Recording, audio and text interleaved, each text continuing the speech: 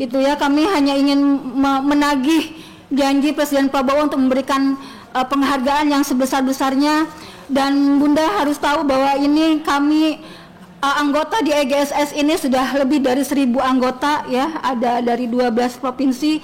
Itu kami lampirkan data anggotanya di belakang paparan ini, makanya ini agak sedikit tebal karena memang kami lampirkan biar itu memang menjadi data valid gitu ya, bahwa kami itu bukan hanya dari Banten. Sahabat pembelajar, berjumpa kembali bersama Imade Sidiasa Belajar Jadi Guru dalam celotehan, celoteh kita hari ini. Kita akan membahas mengenai perjuangan Ikatan Guru Sertifikasi Swasta PLPG Indonesia berjuang sampai ke Jakarta, yaitu ke Komisi 2 dan Komisi 5 DPR RI untuk memperjuangkan hak untuk mendapatkan kesejahteraan dan kepastian status. Sesuai dengan Undang-Undang 20 tahun 2023 tentang Sisdiknas, yaitu hak guru adalah memperoleh penghasilan dan jaminan sosial yang memadai.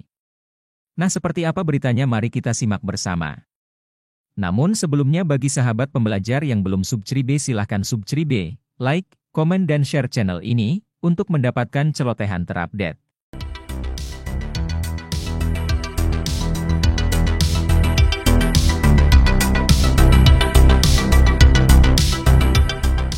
Apa sih maksud dan tujuan kami? Apa sih arah langkah kami sehingga harus berjuang sampai di sini gitu tuh ya.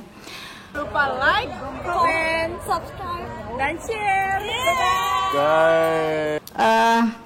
Sebelumnya kami sudah berupaya beraudiensi dengan anggota dewan di tingkat kabupaten kota, kemudian ke provinsi. Kebetulan karena saya dari Banten, saya menempuh di Kabupaten Pandeglang karena saya mengajar di Pandeglang. Kemudian ke Provinsi Banten. Alhamdulillah kita bisa beraudiensi dengan 2 komisi, Komisi 2 bidang pemerintahan dan Komisi 5 bidang pendidikan. Kami juga menempuh beraudiensi dengan DPD Banten. Alhamdulillah kami diterima oleh Ibu Ade Sulasi ya. Ibu Ade Sulasi ya, mohon maaf. Kami sangat berterima kasih kepada anggota dewan di tingkat kabupaten kota provinsi yang sudah menerima kami, dan mereka memberikan masukan kepada kami untuk ini bisa dilanjutkan ke tingkat pusat, dan alhamdulillah kami diberikan jalan yang mudah. Menurut saya ini memang saatnya kami dari PLPG, sertifikasi PLPG, lulusan PLPG, ex PLPG, untuk menyuarakan aspirasi kami.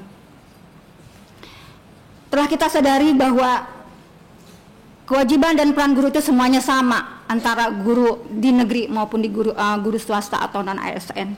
Tapi pada kenyataannya kita ketahui bersama, kita masih dari guru swasta ini, terutama sertifikasi swasta lulusan PLPG, masih mendapatkan perbedaan hak dan perlakuan. Salah satunya adalah hak mendapatkan kesejahteraan dan kepastian status. Dan ini terjadi bertahun-tahun belum kunjung usai. Padahal dalam Undang-Undang Nomor 20 Tahun 2003 tentang Sistem Pendidikan Nasional disebutkan bahwa salah satu hak guru adalah memperoleh penghasilan dan jaminan kesejahteraan sosial yang pantas dan memadai. Dan itu pasti berlaku bagi kami dari guru swasta. Pemerintah memang sudah berupaya untuk meningkatkan kualitas guru-guru swasta non-ASN seperti guru-guru ASN dengan mengikutsertakannya dalam program pendidikan dan latihan profesi guru atau PLPG sejak tahun 2008 agar menjadi guru profesional untuk meningkatkan kualitas mengajarnya yang ditandai dengan diberikannya sertifikat pendidik guru profesional. Namun, semuanya belum cukup memberikan solusi dikarenakan kami masih memperoleh perlakuan dan hak yang berbeda.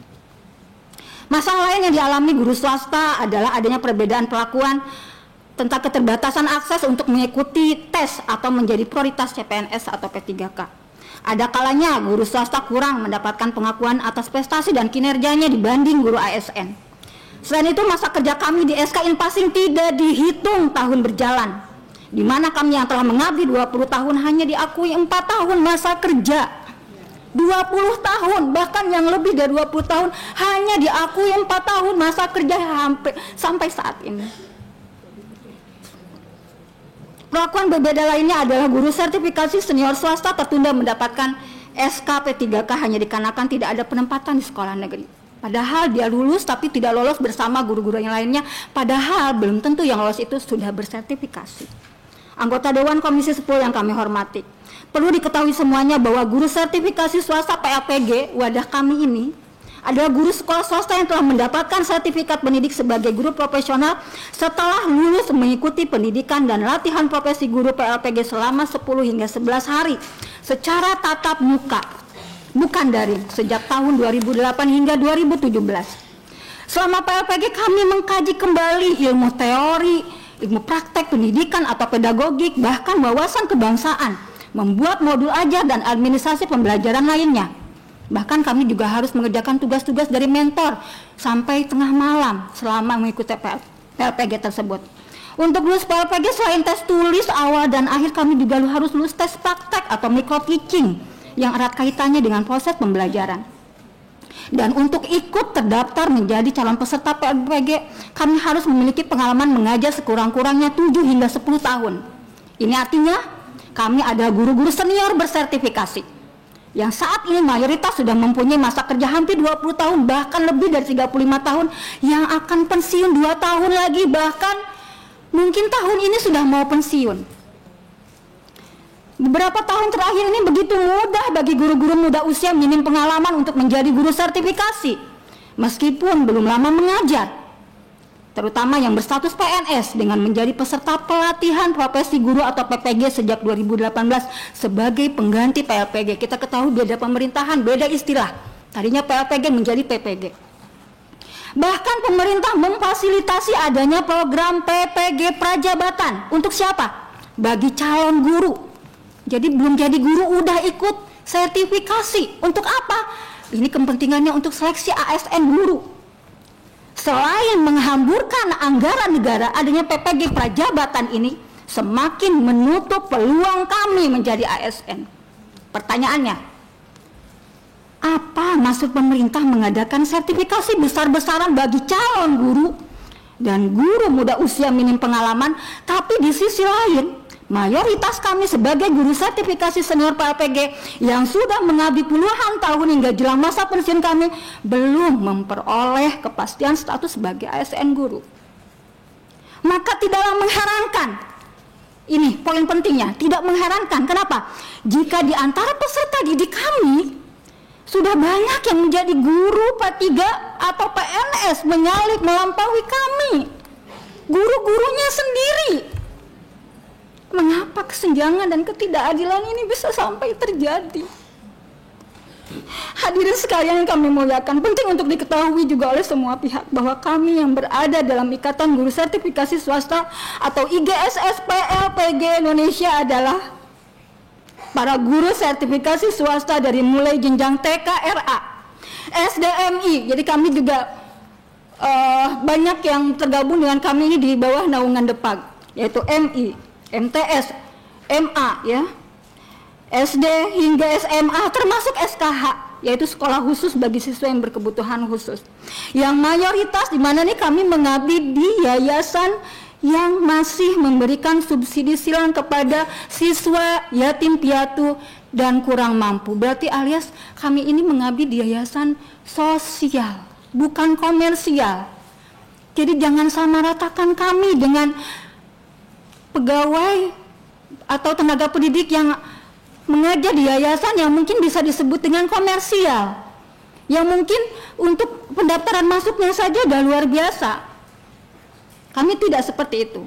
Lalu dampaknya apa kepada kami dengan mengabdi di yayasan sosial itu? Adalah banyak di antara kami yang memperoleh honor dari yayasan jauh dari UMR. Selain itu, honor bulanan kami ada yang mengalami potongan. Bahkan banyak pula di antara kami tidak memperoleh honor bulanan. Karena apa? Dianggap karena kami udah dapat TPG katanya. Dari pemerintah, padahal itu dari pemerintah, bukan dari yayasan. Jadi salah kalau pemerintah menganggap guru yayasan itu, guru swasta itu sudah sejahtera sehingga pemerintah tidak perlu ikut campur. Padahal mayoritas di Indonesia ini yayasannya masih bersifat sosial, masih memberikan subsidi silang, dan itu bisa memberikan bisa membantu mensukseskan pemerintah untuk wajib belajar 12 tahun. Kenapa? Karena masih memberikan subsidi silang kepada siswa yatim piatu dan kurang mampu. Yang penting apa? Mereka mau sekolah. Kami menerima mereka sebesar-besarnya. Yang penting mereka mau sekolah, dan kami yang di pedesaan ini selalu memberikan motivasi untuk mau sekolah, untuk giat terus walaupun dalam terbatas apapun, mereka harus sampai lulus sekolah minimal sampai SMA. Ibu Ketua Komisi 10 yang tidak bisa hadir saat ini, kami sangat merindukan bisa bertemu dengan Bunda Hetifah Saifudian, karena memang kita juga ada keterikatan dengan beliau sebenarnya. Pasti banyak yang belum tahu tentang keberadaan kami. Mungkin anggota dewan di sini pasti belum tahu apa itu PLPG, belum kenal apa itu PLPG. Pasti yang tahunya adalah PPG, yang muncul ini akhir-akhir ini adalah PPG. PLPG ini tersisihkan akhirnya. Kami ini guru sertifikasi lulusan PLPG yang selama ini belum ada satupun organisasi guru yang menyinggung keberadaan PLPG yang jelas-jelas memiliki senioritas, namun terabaikan dan tersisihkan oleh persaingan yang tidak adil. Selama ini belum ada juga organisasi guru yang menyuarakan aspirasi untuk mengedepankan senioritas dalam pengangkatan ASN guru. IGSS PLPG Indonesia yang didirikan tanggal 26 November 2024 ada sebuah organisasi yang ingin merombak ketiga regulasi pemerintah yang sudah tidak relevan lagi dengan kondisi saat ini. Yaitu 1. PP nomor 11 tahun 2017 tentang manajemen pegawai negeri sipil pasal 23, di mana pemerintah mengangkat PNS hanya bagi mereka yang muda usia minim pengalaman dan belum bersertifikasi, hanya bagi usia 18 sampai 35 tahun saja. Lalu bagaimana dengan posisi kami yang sudah di atas 35 tahun? Seharusnya pemerintah lebih mengutamakan profesionalisme, dedikasi, pengalaman, dan senioritas. 2. Peraturan BKN tentang pelaksanaan seleksi dengan metode CAT, Computer Assisted Test, di mana seleksi rekrutmen tes hanya menghamburkan uang rakyat, soal-soal tesnya tidak bisa diterapkan dalam proses pembelajaran, serta menghasilkan barisan guru-guru sakit hati. Karena apa? Pada ujungnya hanya menghasilkan gejolak, kesenjangan, dan ketidakaturan. Akibatnya apa? Penataan status guru tidak pernah kunjung selesai. Selalu setiap tahun ada gejolak, karena memang tidak ada penataan, akhirnya tidak terwujud. Nomor 3, Keputusan Menteri Pendayagunaan Aparatur Negara dan Reformasi Birokrasi nomor 348 tahun 2024 tentang mekanisme seleksi P3K berdasarkan skala prioritas. Seharusnya yang menjadi skala prioritas adalah profesionalisme, pengalaman pedagogik yang teruji, dan senioritas. Tapi terasa aneh dengan Kepmen ini ternyata lebih mengedepankan kemampuan kognitif guru minim pengalaman belum bersertifikasi. Tentu kami yang sudah senior ini tidak bisa dong bersaing dengan guru-guru yang baru lulus kuliah. Mereka belum banyak bebannya, karena kalau kami bebannya di rumah tangga segala macam, di sekolah dan lain-lainnya. Yang muda usia, yang baru lulus kuliah, mereka bebannya belum terlalu banyak dengan kami. Kami berbeda dengan organisasi guru lainnya, bukan untuk menuntut kesejahteraan, karena kami sudah mendapatkan TPG dari pemerintah dan kami sangat mensyukurinya. Kami bukan menuntut kenaikan TPG, tidak, tapi menuntut agar nominalnya disesuaikan dengan masa kerja kami yang sebenarnya dihitung sesuai tahun berjalan. Jangan sampai kami sudah mengabdi lebih dari 20 tahun tapi yang diakui hanya 4 tahun. Ini kemana yang 16 tahun lebihnya?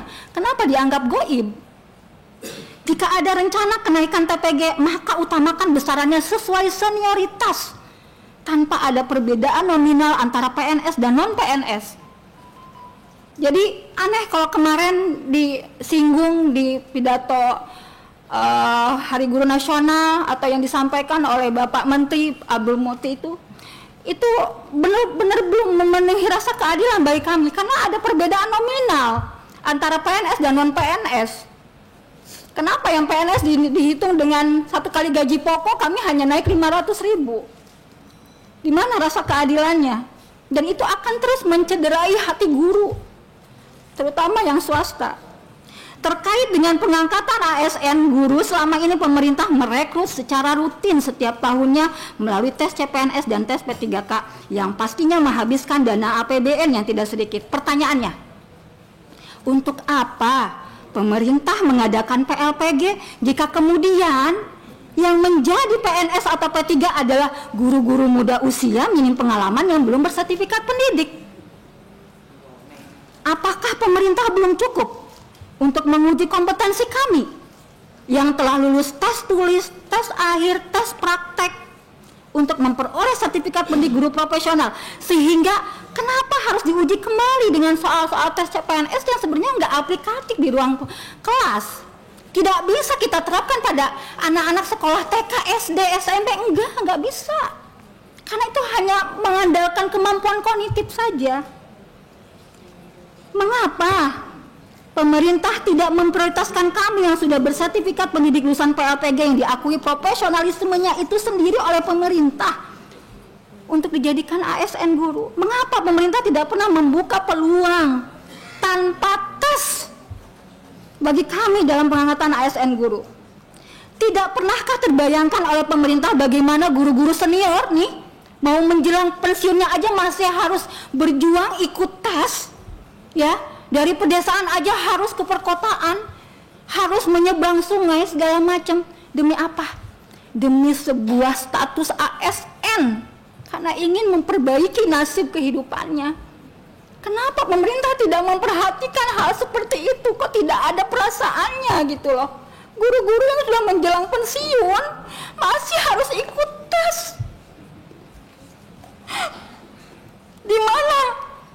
Di mana penghargaan pemerintah atas dedikasi dan pengalaman kami?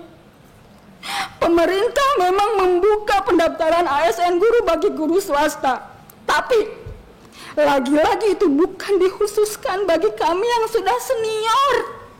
Tidak, itu hanya untuk umum, bukan untuk kami yang sudah senior. Mana janji Presiden Prabowo yang ingin memberikan penghargaan sebesar-besarnya kepada jasa-jasa guru yang kepada kami yang sudah lebih tersertifikasi? Kami ini sudah lebih tersertifikasi dibandingkan PPG. Bukankah salah satu syarat dalam jenjang karir selalu mempertimbangkan lama masa kerja sebagai bukti dedikasinya? Semakin lama masa kerja maka kemampuannya akan semakin baik dan tingkat penguasaannya akan pekerjaannya pun akan semakin fasih. Dalam Undang-Undang Sistem Pendidikan Nasional tahun 2003 catat disebutkan bahwa guru mempunyai hak untuk memperoleh promosi dan penghargaan berdasarkan apa? Pengalamannya. Itu tercantum di Undang-Undang Sisdiknas tahun 2003. Lalu apakah undang-undang tersebut tidak berlaku bagi kami?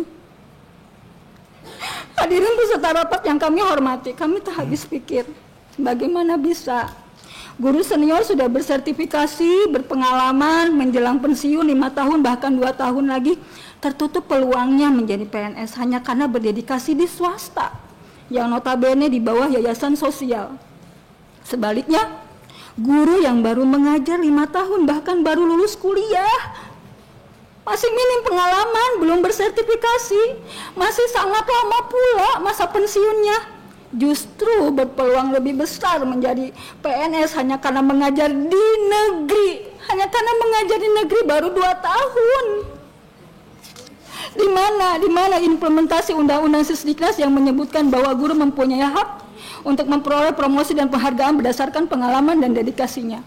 Apakah sertifikat pendidik dan pengalaman kami masih kurang layak untuk dipertimbangkan sehingga harus kalah oleh kemampuan kognitif guru muda usia, padahal pengalaman pedagogik lebih utama dan amat dibutuhkan dalam proses pembelajaran? Kami yakin semua pihak sepakat bahwa pertimbangan masa kerja atau pengalaman adalah bagian dari sebuah tahapan yang ya, izin Ibu, karena nanti juga masih harus ada satu lembaga yang menyampaikan pendapat. Dari awal sampai ini tadi sebenarnya materinya sudah kita tangkap. Baik. Mengerucut kepada bagaimana persoalan senioritas, kemudian persoalan usia dan yang lain. Jadi boleh dipercepat ya Bu ya. Kami beri waktu lagi 3 menit baru nanti akan berganti kepada dari mana Bu? Yang dari guru swasta. Minta waktu mungkin sebentar. Iya. Like, comment, and subscribe. Dan share. Ya, jadi kami bukan guru honorer, kami ini guru bersertifikasi ya Bunda ya gitu ya. Kami sudah mengabdi lebih dari 20 tahun gitu ya. Kami hanya ingin menagih janji Presiden Prabowo untuk memberikan penghargaan yang sebesar-besarnya, dan Bunda harus tahu bahwa ini kami anggota di EGSS ini sudah lebih dari 1.000 anggota ya, ada dari 12 provinsi. Itu kami lampirkan data anggotanya di belakang paparan ini, makanya ini agak sedikit tebal karena memang kami lampirkan biar itu memang menjadi data valid gitu ya, bahwa kami itu bukan hanya dari Banten.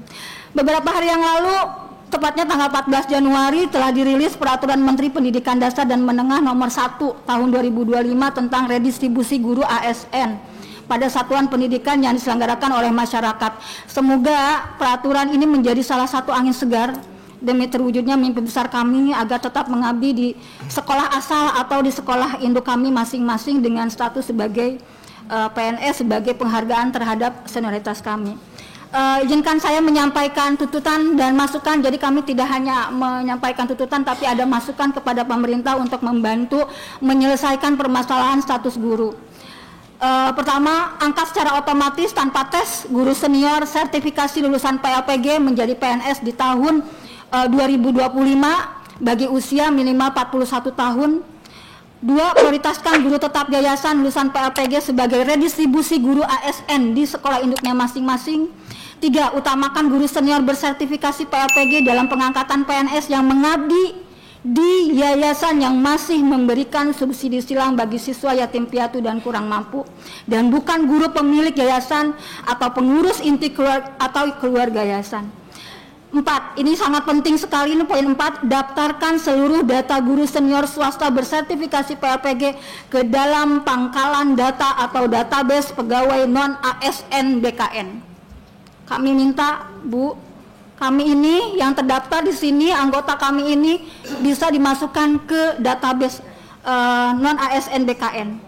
5, tuntaskan dahulu kepastian status guru senior sertifikasi swasta lulusan PLPG sebagai PNS dan tunda peningkatan status P3K pada waktu menjadi P3K penuh waktu bagi guru muda usia minim pengalaman. 6, kaji ulang dan cabut keputusan Menteri Pendayagunaan Aparatur Negara dan Reformasi Birokrasi nomor 348 tahun 2024 tentang mekanisme seleksi P3K.